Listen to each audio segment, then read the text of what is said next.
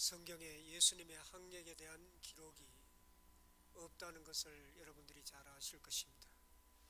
사도 바울이 가말리엘 문화에서 공부했다는 기록이 있는 것을 보면 당시의 유력한 집안 자제들은 훌륭한 교육을 받았습니다.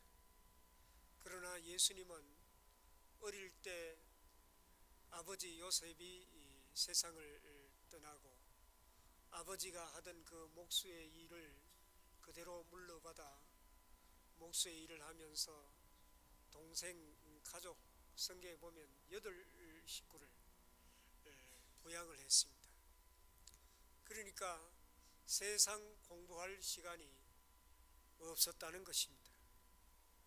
그런데 예수님은 세상 사람들을 만날 때 내가 곧 길이요 진리요 생명이니 이렇게 말씀했습니다. 사람들은 이 말씀을 듣고 매우 놀랐습니다. 당시 로마로 향하는 고속도로는 수만 킬로에 이른다고 합니다. 마차가 달릴 수 있도록 바닥에 돌을 깐 고속도로는 지금도 일부가 남아있는데 로마인들의 자랑거리였습니다. 그런데 예수님 자신이 바로 길이라는 것입니다. 헬라 철학자들이 진리가 무엇인지에 대해서 논했지만 누구도 감히 진리에 대해서 명확하게 해답을 내어놓지 못했습니다. 이런 때 예수님 자신이 바로 진리라고 말씀하셨습니다. 모든 사람들이 영생에 대해서 갈구할 때 예수님 자신이 바로 생명이라고 말씀하셨습니다. 요한복음은 상징을 가지고 있는 책입니다. 예를 들면 요한복음 6장에 오병이어의 기적을 행하신 다음에 예수님은 이렇게 말씀하십니다. 40년 동안 광야에서 만나를 먹은 사람도 죽었고 오병이어로 5,000명이 배불리 먹었는데 이 사람들도 다 죽지만은 나는 하늘로서 내려온 생명의 떡이니 라고 말씀하셨습니다. 이 기적의 목적은 양식을 주는 것이 아니라 예수님이 누구인지 알게 하기 위함이라는 것입니다. 그래서 예수님 자신을 생명의 떡으로 소개하고 있습니다. 요한복음 8장에 지난주에 말씀드린 음행하다가 현장에서 잡힌 여인을 용서하신 다음에 어두움으로 다니지 말고 빛 가운데로 행하라고 말씀하시면서 이제 요한복음 9장에 맹인을 고치시고 내가 세상의 빛이라고 말씀하신 것입니다. 오늘 이 말씀은 빛 대신 예수님을 드러내시는 데 초점이 있다는 것을 알고 우리가 성경을 보아야 할 것입니다. 오늘 본문은 한 맹인이 고침을 받은 내용입니다. 생각해 보십시오.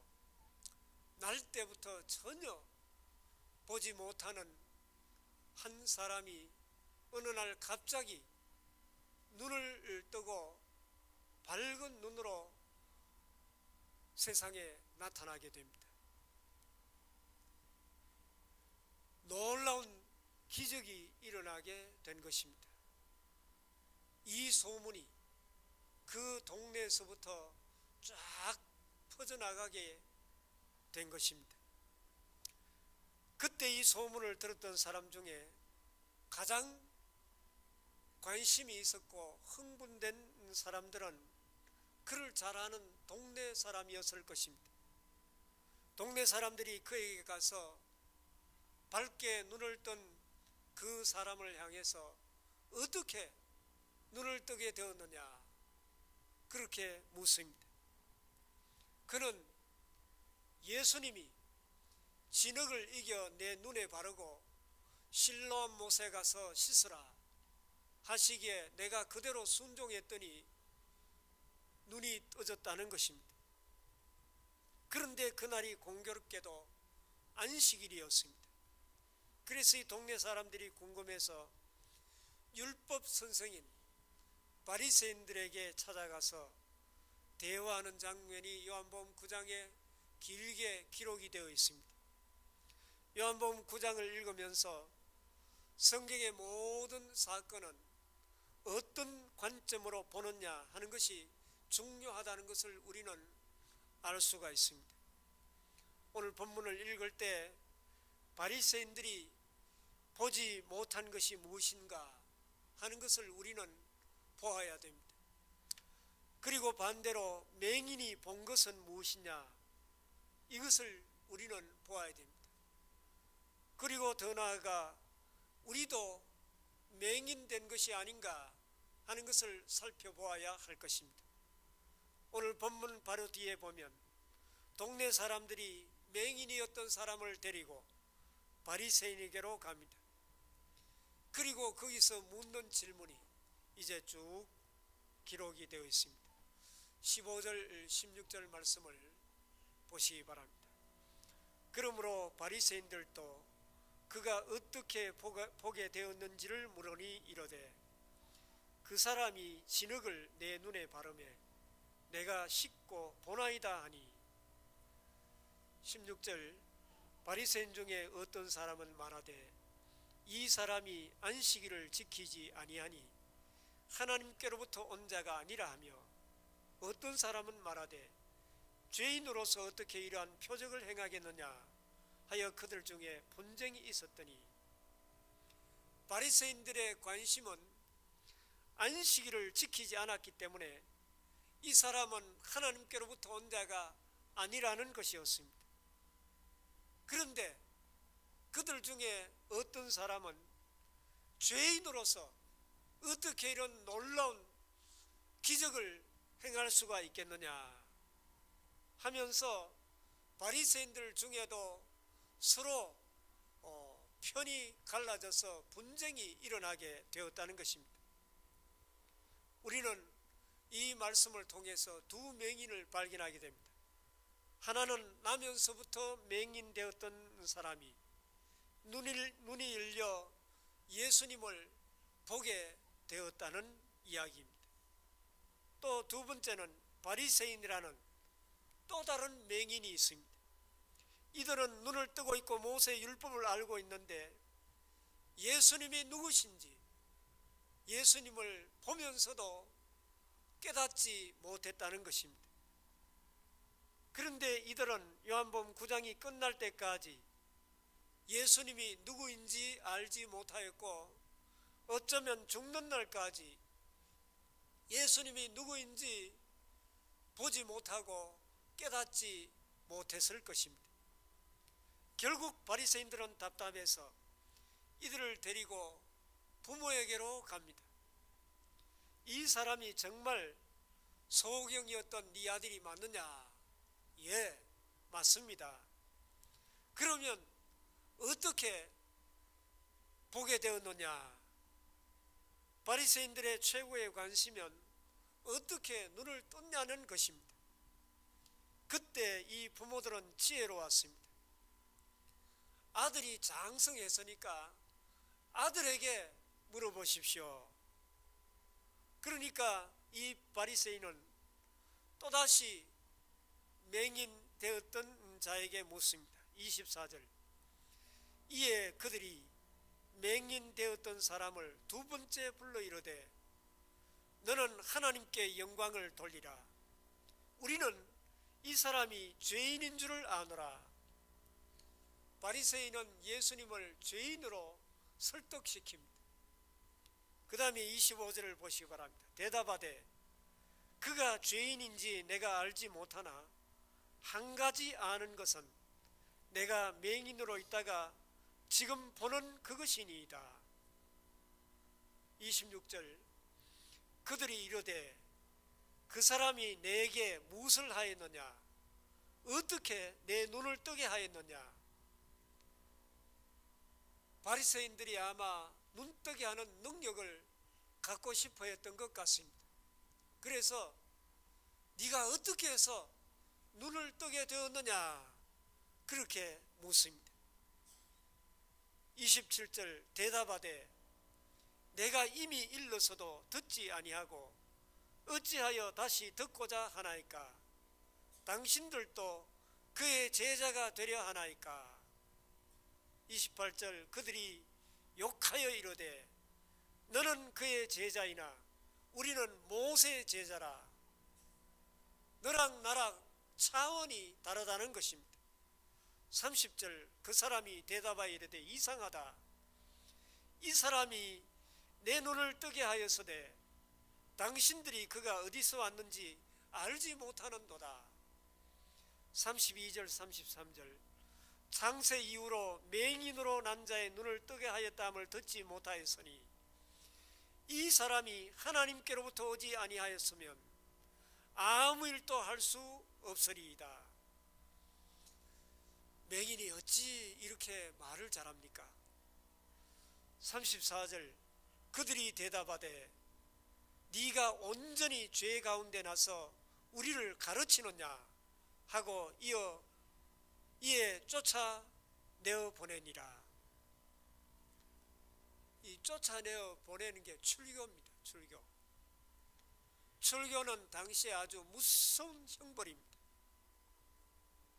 유대 사회에서 영원히 추방시켜버리는데, 그러면 가족들과 친척들과도 마음대로 만날 수 없습니다.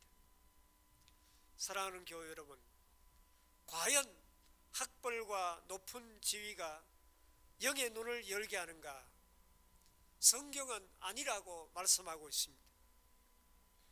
오히려 그런 것들이 영의 눈을 더 어둡게 하는 것입니다. 이 맹인은 이제 바리새인들로부터 쫓겨났다는 그런 소식을 듣고 예수님이 그에게 찾아갑니다. 35절 예수께서 그들이 그 사람을 쫓아내었다 하는 말을 들으셨더니 그를 만나사 이르시되 내가 인자를 믿느냐? 내가 인자를 믿느냐? 여기에 신약 성경의 인자라는 말은 헬라어로 그리스도, 히브리어로 메시아라는 그런 뜻입니다. 36절 말씀 대답하여 이르되 주여 그가 누구시오니까 내가 믿고자 하나이다. 그때 37절 말씀을 보면 예수님께서 그의 영의 눈을 뜨게 해주십니다. 37절 말씀 예수께서 이르시되 내가 그를 보았거니와 지금 너와 말하는 자가 그이니라. 38절 이르되 주여 내가 믿나이다 하고 절하는지라. 여기서 이 맹인은 내가 주님을 믿습니다 하고 고백합니다. 이 사람은 예수님을 선지자로 알았고 그리고 조금 전까지 하늘에서 온 자라고 알았는데 이제 정확하게 예수님이 나의 하나님, 나의 구세주, 메시아라고 하는 것을 깨닫고 이제 믿고 영접하게 된 것입니다. 그러면 도대체 왜 바리새인들은 끝까지 예수님을 모릅니까? 맹인은 육의 눈이 열린 것을 넘어 예수님이 하나님의 아들 그리스도라는 것을 어떻게 알고 보게 된 것입니까? 여기서 우리가 조심해야 할 것이 있습니다. 내가 가지고 있는 지식이나 지위나 어떤 신분이 영의 눈을 열게 하는데 오히려 방해가 될 수 있다는 것입니다. 우리의 부유함이 예수님을 보지 못하게 할 수가 있는 것입니다. 그래서 예수님은 낙타가 바늘 귀로 들어가는 것이 부자가 하늘나라에 들어가는 것보다 더 어렵다고 말씀했습니다. 그러면 그렇게 똑똑했던 바리새인들이 못 본 것을 맹인은 어떻게 영의 눈이 열려 예수님을 알고 믿게 된 것입니까? 바리새인들은 이 사람을 죄인으로 취급했습니다.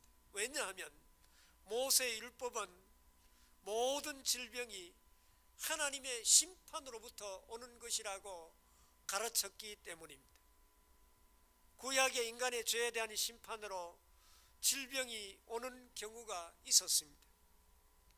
그러나 모든 질병이 다 죄로부터 오는 것은 아닙니다. 내가 넘어져서 다칠 수도 있고, 또 내가 몸을 관리를 잘 못해서 질병이 오는 경우도 있지 않습니까? 만약에 죄 때문에 그 심판으로 병을 내리신다면 이 세상에 병에 걸리지 않을 사람은 한 사람도 없을 것입니다. 그런데 이 맹인은 사람들로부터 수없이 누구 죄 때문에 저렇게 중병에 걸렸느냐, 자기 죄 때문이냐, 혹은 부모 죄 때문이냐, 제자들까지 그렇게 생각했습니다. 그는 죄인인 것을 어렸을 때부터 늘 듣고 자랐습니다. 그리고 맹인이기 때문에 길거리에 나가서 구걸하던 사람이었습니다. 이 사람이 아는 것은 자신이 죄인이며, 그리고 자신이 연약한 존재라고 하는 사실이었습니다. 여러분, 내가 연약하며 내가 부족하며 내가 죄인이라고 깨닫는 사람만이 영의 눈이 열려 주님을 바라볼 수 있는 것입니다. 예수님은 말씀하시기를 심령이 가난한 자는 복이 있나니 천국이 그들의 것이며, 이 사람은 심령이 가난한 사람이었습니다. 얼마나 자기가 죄인이며 얼마나 연약하고 비참한 존재인가 하는 것을 깊이 깨달았던 사람입니다. 오늘 첫 번째 말씀이 주시는 메시지는, 하나님은 자신의 연약함을 아는 사람에게 영의 눈을 열어준다고 하는 사실입니다. 반대로 우리의 건강함과 부유함과 많은 지식이 하나님을 알지 못하도록, 영의 눈을 뜨지 못하도록 하는 도구가 될 수 있다는 것을 우리는 알아야 됩니다. 어떤 사람의 영의 눈을 하나님이 열어주십니까? 겸손하게, 나는 하나님의 도우심이 없이는 살아갈 수가 없습니다. 철저하게 자신을 낮추고 주님을 갈망하는 사람이 주님을 만날 수 있습니다. 그리고 두 번째 열어준 것이 무엇입니까? 오늘 본문 1절 2절 말씀 보면 예수께서 길을 가실 때 날 때부터 맹인된 사람을 보신지라 제자들이 물어 이르되 라삐여, 이 사람이 맹인으로 난 것이 누구의 죄로 인함이니까? 자기니까 그의 부모니까? 제자들도 이 부분에 관하여는 영의 눈이 열리지 않았습니다. 예수님은 맹인의 육의 눈만 열어주신 것이 아니라 하나 더 열어주었습니다. 3절에 예수께서 대답하시되 이 사람이나 그 부모의 죄로 인한 것이 아니라 그에게서 하나님의 하시는 일을 나타내고자 하심이라. 저와 여러분 안에 어떤 감추고 싶은 부끄러운 일들이 있을 때 오히려 그것이 하나님의 영광을 드러내는 도구가 될 수 있다는 것을 믿으시기를 바랍니다. 사랑하는 교회 여러분, 우리의 모든 사람은 평생 자기가 감추고 싶은 열등감이나 부끄러움이 있을 수 있습니다. 우리 집안이 가져야 될 수치도 있습니다. 하나님은 오늘 우리에게 눈을 열어주십니다. 그것이 바로 하나님의 영광을 드러내는 도구가 될 수 있다는 것입니다. 2008년 중국 베이징에서 하계 올림픽이 열렸습니다. 그때 우리나라 야구가 금메달을 땄습니다. 그때 준결승에서 넘어야 할 큰 산이 있었습니다. 바로 일본이라는 나라입니다. 당시 지금도 그렇습니다마는 일본과 우리나라 야구 수준은 대학생과 고등학생 정도의 차이가 있습니다. 그럼에도 불구하고 우리나라는 일본한테 지는 것은 특별히 싫어하지 않습니까? 그때 대한민국 4번 타자는 이성엽입니다. 만 32세가 넘는 선수였습니다. 일본에서는 이제 이성엽은 끝났다, 그렇게 이야기했습니다.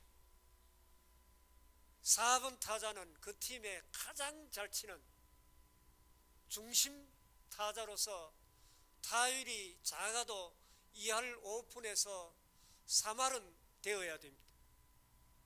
그런데 당시 이성엽 선수는 타율이 1할이었습니다. 1할도 제대로 못 쳤습니다. 그는 첫 번째 타자로 나와 병살타를 쳤습니다. 두 번째 4번 타자로 나와서 삼진 아웃을 당합니다.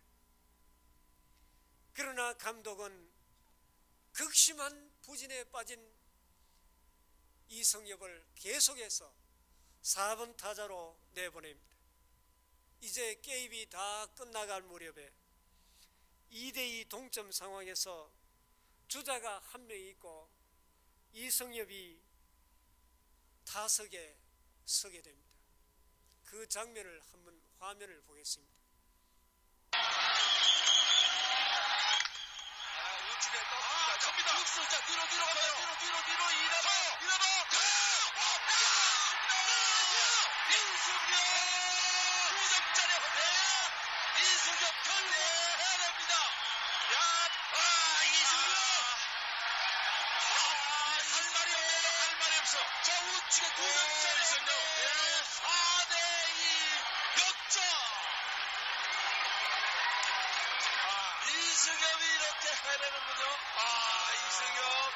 지금요, 워낙 타격 컨디션이 좋진 않아가지고, 저는 좀 먹힌 줄 알았어요. 그래서, 이나바가 작전 낸데, 그게 넘어가네요. 넘어갔어요. 역시 이승엽입니다. 역시 이승엽. 해설하는 분이 독도를 넘어 저 대마도까지 날아갔다고 그렇게 해설을 합니다. 저는 저 도쿄까지 날아갔다고 그렇게 생각이 됩니다. 이때 이성엽 선수가 4번 타자로서 병살타, 삼진아웃, 1할 때 타율이었는데 만약 이때 안타를 치지 못하고 게임이 졌다면 당시 김경문 감독은 욕을 많이 먹었을 것입니다. 그런데 감독은 끝까지 믿고 4번 타자로 내보냅니다. 그리고 그 게임을 이기고 이제 이성엽 선수가 인터뷰를 하게 됩니다. 한번 들어보겠습니다. 오늘 병살의 삼진에 계속 부진이 계속되다가 마지막 결정적인 순간 한번 했습니다. 그때 어떤 마음으로 들어왔고 맞는 순간 어땠는지.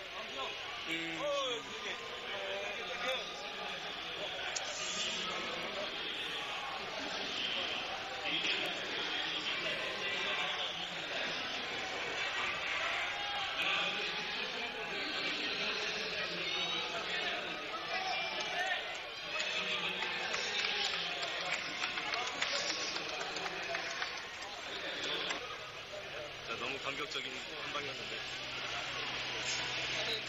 너무 미안해서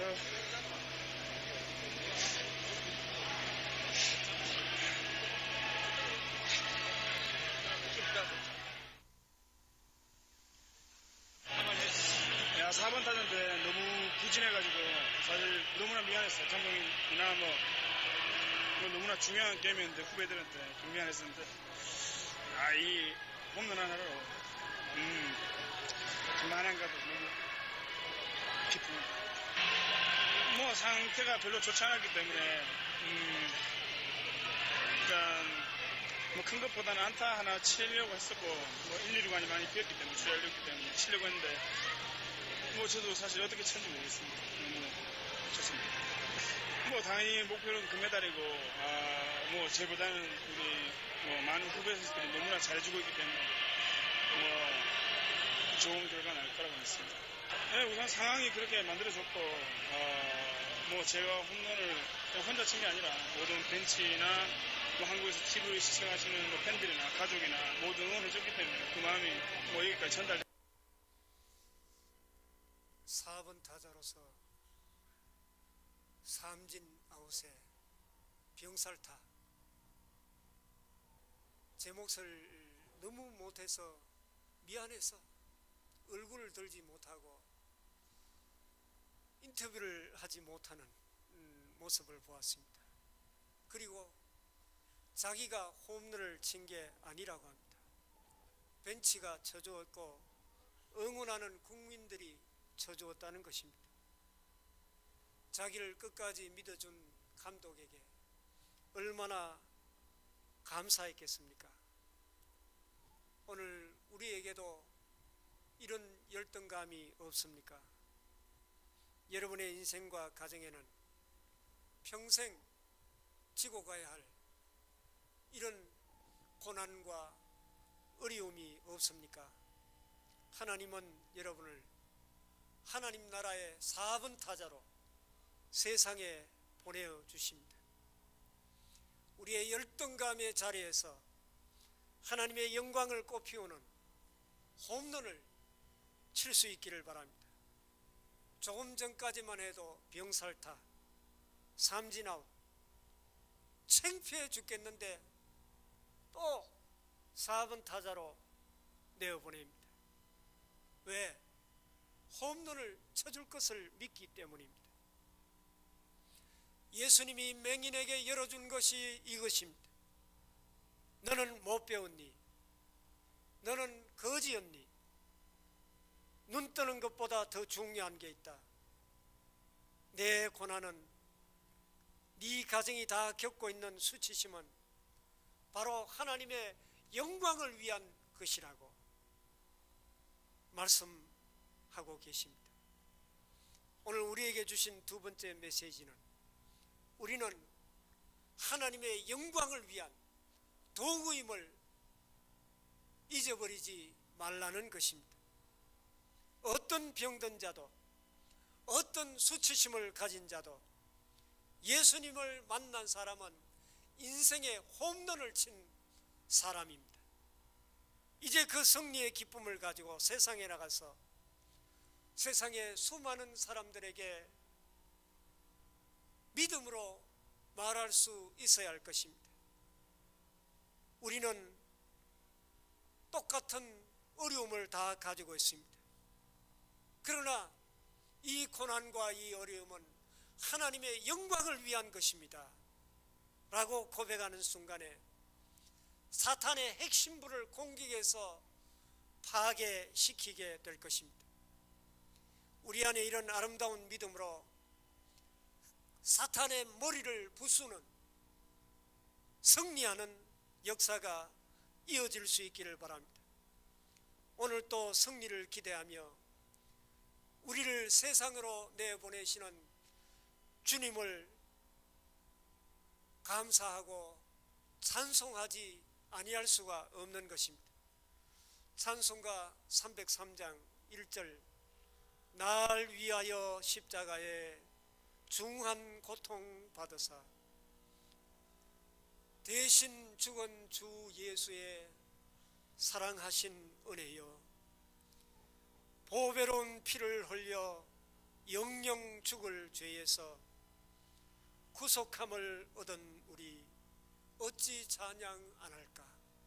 2절, 예수 안에 있는 우리 한량없이 즐겁고 주 성령의 위로함이 마음속에 차도다.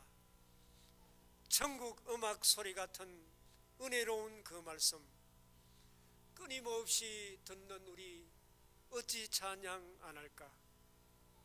이 세상의 모진 풍파 쉬지 않고 불어도 주님 안에 보호받는 우리 마음 편하다. 이 눈이 열려야 될 줄 믿습니다. 늘 깨어서 기도하고 저 천국을 바라며 주님만을 기다리니 어찌 찬양 안 할까? 우리 3절 한번 불러보도록 합시다. 이 세상의 모진 풍파 쉬지 않고 불어도 주님 안에 보호받는 우리 마음 편.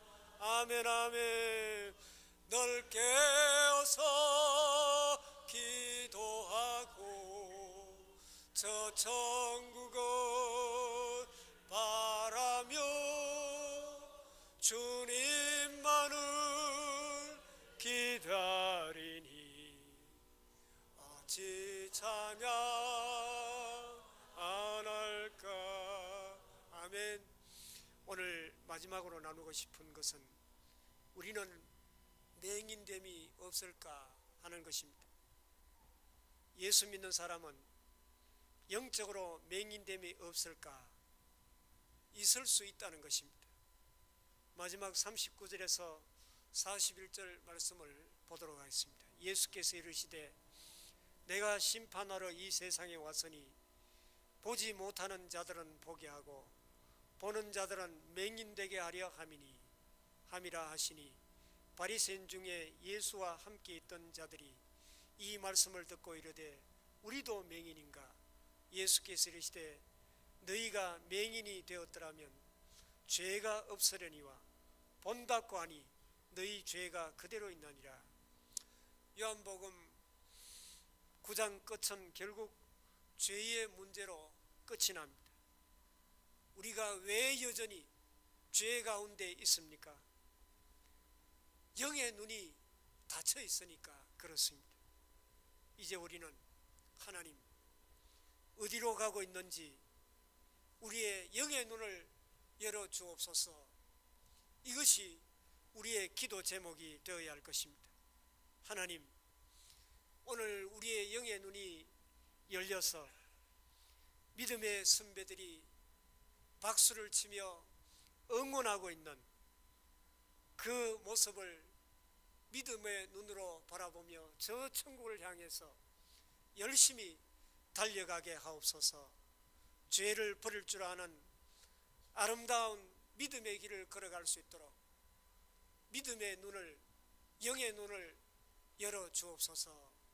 이렇게 기도해야 할 것입니다. 기도하십시다.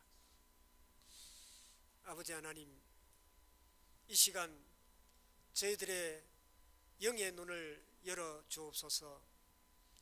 저희들이 가지고 있는 모든 열등감, 모든 부족함을 믿음의 눈으로 바라보고 이것이 바로 하나님의 영광을 드러내는 도구가 될 수 있다는 것을 확신하고 이 모든 것을 극복하고 인생의 홈런을 칠 수 있는 저희들이 되게 하여 주옵소서. 미지근한 신앙에 머물러 있지 않게 하시고 열심을 품고 주님을 섬기며 하나님의 영광을 크게 드러낼 수 있는 저희들의 삶이 되게 하여 주옵소서.